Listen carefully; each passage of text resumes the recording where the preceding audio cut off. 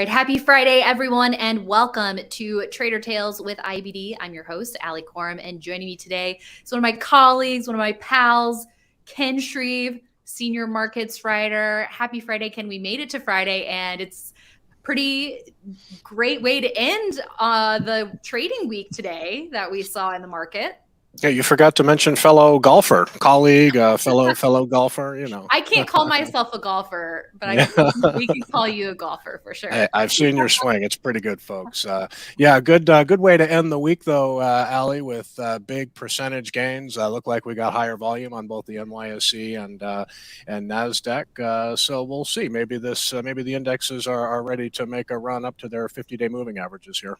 Yeah, exactly. And something else we have in common is we both are dog owners of little old ladies at this point. So if you guys see me go, I'll just show you JoJo real quick. She's right here and she's making me hand feed her kibble right now. So that's how much of a diva she is.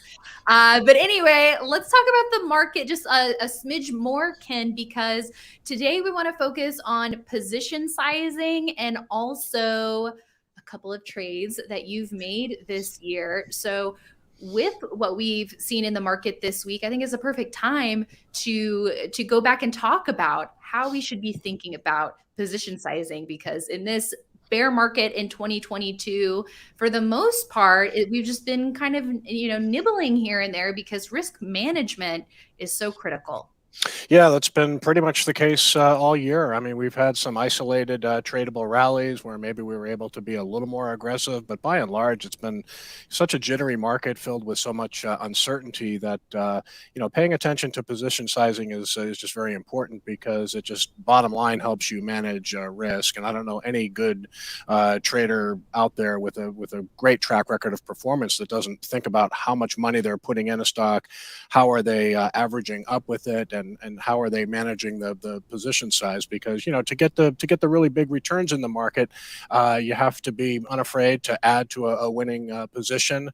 You can't be afraid to have a stock become maybe 15 or 20% of a portfolio. Now that's too risky for some people, and for somebody like me, I feel comfortable with a top position being around 10%.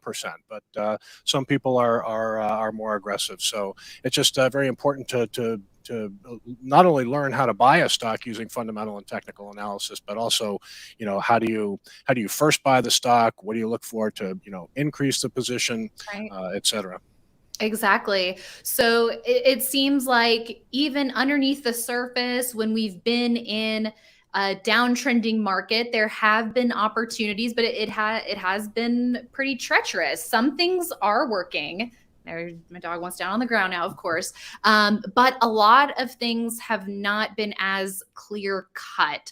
So for the bulk of this year, how have you been approaching position sizing? And now, as we're starting to see a turn in the market, a case for a bear market bottom has been made at the very least. Maybe we'll see a tradable rally. Maybe we'll see a new market. How do we pivot from position sizing in a bear market to position sizing at a potential turning point in the market where we're at now? Yeah, I mean, so just recent trades that I've made, I don't think a position has gotten any higher than 5% for me, and that varies. I know some growth investors that are fine having a 10% position, even in a market that is in a correction, where we're seeing signs of institutional selling. So, I mean, a big position for me in this type of market. Now, again, we saw some strength today, and that may change my game plan going forward. Certainly, we're going to see how the market opens Monday, and if there are some stocks to buy, maybe some of those 2.5-5% positions can get up closer to that 10%. But it's really all about right now just waiting for this market tide to start flowing positive. We got a signal Friday that it may be ready to turn positive, so next week will be very telling. Obviously, we've got a ton of very high-profile earnings reports that'll be out next week. A lot of the FANG stocks. So right now, a standard first buy for me is going to be about 2.5, maybe 3%, just kind of a starter buy. And then to fill that out to eventually a 10% position, we'll maybe do some 2.5% purchases, if we're getting positive feedback from the stock. That's another thing we've been talking Right. about. Buying a stock for the first time, and if the market gives you positive feedback, then you can increase the position slowly but surely. Right. So Ken, what is your preference or what is your strategy? Are you the kind of trader that likes to add to a position when you are getting getting the feedback in terms of a percentage gain? All right, I'm up to 1 to 2%, 2 to 3%, etc. Or are you the type of trader that's waiting for an alternative entry to present itself, like a 3 weeks tight, like a rebound off of the 10-week line before adding? Yeah. So again, when I see a stock that is showing signs of accumulation and it looks like it's passing the buy point, it's always going to be 2.5, 3% to start. Generally around 2.5%. That's the strategy we use on leaderboard, and I tend to follow it myself. And then okay, so you buy the stock, it's a 2.5% position. You haven't started off top heavy, so you're not overly exposing yourself with a lot of risk to start. And once you're at 2.5%, is the stock up 2 or 3% from your buy point, maybe over the next couple of days, or even better, is it up 4 or 5% from your initial entry over a 3-4 day period? Well, that's the positive feedback that you want to get, and then you don't necessarily have to wait for a pullback to the 10-week or wait for an alternate buy point. The fact that you're just getting that positive feedback, it's I'll wouldn't be afraid at all to increase from 2.5 up to 5%. So that raising from 2.5 to 5% can happen in a week's time. Right. So I feel like the trick is going to be, Ken, in hindsight, we will only know if this rally continues to pick up steam, if it ends up being another bear market rally, or if we really did see the bottom in this bear market. But I feel like, we know from past market turns that some of the biggest gains are made in the early stages of a new bull run. So we do want to be sized appropriately, but you have to balance that caution with knowing when to be aggressive. So Yeah. when will we know? Is it if we start seeing a lot of growth stocks setting up and working in combination with seeing the indexes, back above their 200 lines? What's that going to be for you? What's going to give you that confidence that, hey, things are working, instead of starting with a 2.5% position, maybe now I'm going to start with a 5%, or hey, things are really rocking and rolling. Maybe start with a 10% and scale up to 15. Yeah, I mean, there's a lot to this, and I know, for example, UPRO. I bought some UPRO on Friday just because not seeing a whole lot of great setups out there. A few here and there in the oil and gas patch, but made sense to start 2.5% with UPRO, and got immediate feedback too after buying it. I stayed at 2.5%. So I just want to see how the market handles some of these big earnings reports next week. So if, for example, Monday we decline in lighter volume, and then maybe we rally again in higher volume on Tuesday, that's going to make me feel more confident about increasing that up to 5%. So I was very, very conservative today. We have to remember too that even though we got a good powerful signal from the market Friday, we still have a lot of overhead supply that we're dealing with, and going straight up from here is going to be difficult. I think it raises the likelihood that the S&P 500 and Nasdaq could go up to their 50-day moving averages, Mhm. and we'll see what happens there. Because when you're coming out of a correction, sometimes these former support levels can turn into resistance. So a lot of people saying this may just be a bear market rally. That could end up to be the case, especially if we get turned away Mhm. in heavy volume at the 50-day line. But we'll have to see if the Fed is going to start to slow down their interest rate hikes.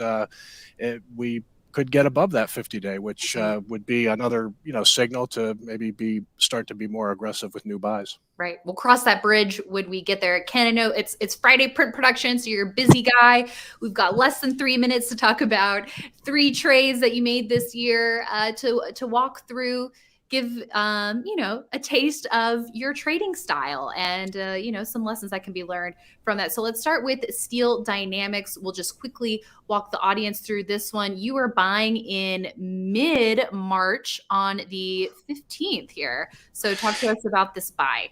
Yeah, so what happened was I missed the initial breakout for Steel Dynamics. You can see from that consolidation. But what I did is I just saw it come back down to the buy area, and basically the 21-day moving average. So on March 15th, I started a position, and it turned out to be a pretty good one. Now, this one I may have started this a little, maybe 5%, because I looked at my trading record and I never added to it.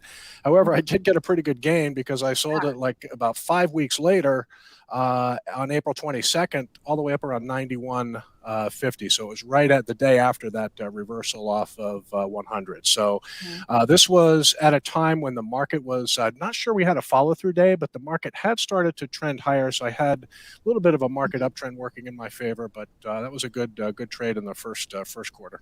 Yeah, and I also remember you talking about Privia PRVA on IBD Live. Now, this was a breakout from a bottoming base that you bought, if memory serves. Yes, I did, and I actually missed the buy like a day, maybe a day or two earlier there. That blue up day, yeah, right there was probably the buy. But I noticed it kind of extended gains the following day, traded in a tight range. I really didn't feel like I was chasing it, so there I started 2.5% position, and then traded sideways down to the 10-day, 21-day moving average, and then it had that big jump after hitting a low of 27.76. It was a volatile day that day, and I was trying to remember what the news was because there was heavy volume. Anyway, I increased the position on that day up to about 5%. Then it was a pretty easy hold as it just kind of went up its 10-day moving average, and then let's see, trimmed it on August 8th. August 8th, that was on that reversal day, Right before earnings. right Heavy before volume. earnings. Yeah, and then I held a small position into earnings, and then sold the rest on August 11th, which was, I think, the day after. Yeah. Yeah. So that one, kind of worked out okay. That was a nice gainer. The issue with this year is just, I mean, you're happy when you get a 10% gain in the stock, and sometimes you're even happy if you have a 5 or 6% gain, because these gains just disappear so quickly. But this was a good breakout that worked. Now, what Privia had going for it was a follow through day, for the market on June 24th. So. And I first bought this on June 21st. So this is a good example, kind of finding stocks breaking out of bases in the early stages of a follow through. Yeah, great example. And I promised 3. So we'll just get really briefly CAH. This is one that you currently have, right? Yeah, and this is leaderboard stock, and the initial buy here was on September 28th when it moved powerfully. Yeah, September 28th when it kind of broke out over that trend line. That's when we added it to leaderboard, and this has been has been testing our patience. We've had a good day today. Finally, breakout was in light volume, but never really had a chance to increase this position. So it's still a small position right now, but now that it's breaking out to new highs, maybe it'll move sideways above that 70 level and give me a chance to add to it. But this is one that is working. The volatile price action since the first day I bought it on September 28th has just been tough to add to it. So nice to see it move today, and I'll look forward to increasing this position, hopefully. Great. All right, Ken. Well, thank you so much for sharing all of your expertise with us today. We really appreciate it. Now go get that paper in tip-top shape. And right. Thank you so much for joining Trader Tales with IBD. Always my pleasure. Thanks, Ellie. Have a good weekend. All right, you too. And we hope everyone watching has a great weekend as well. We'll see you back here next week. Thanks for watching.